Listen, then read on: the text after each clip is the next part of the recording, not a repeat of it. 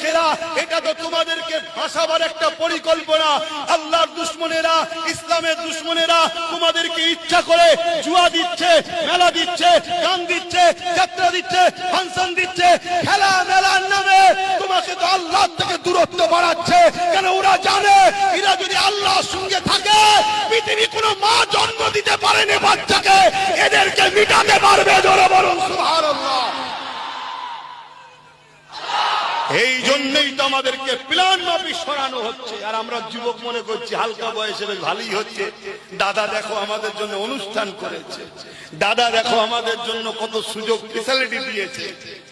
খুব সাবধান হও, তোমার দাদা দিদিরা তোমাকে প্ল্যান মাফিক সামান্য ভিক্ষার নামে আল্লাহ ছাড়াচ্ছে, নবী ছাড়াচ্ছে। হুঁশ করে কাজ করো, হুঁশ করে কাজ করো।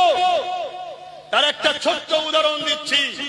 কারো ধর্মের আমি পক্ষে বিপক্ষে নয়, প্রথমেই বলেছি যা ধর্ম তার কাছে, আমার ধর্ম আমার কাছে।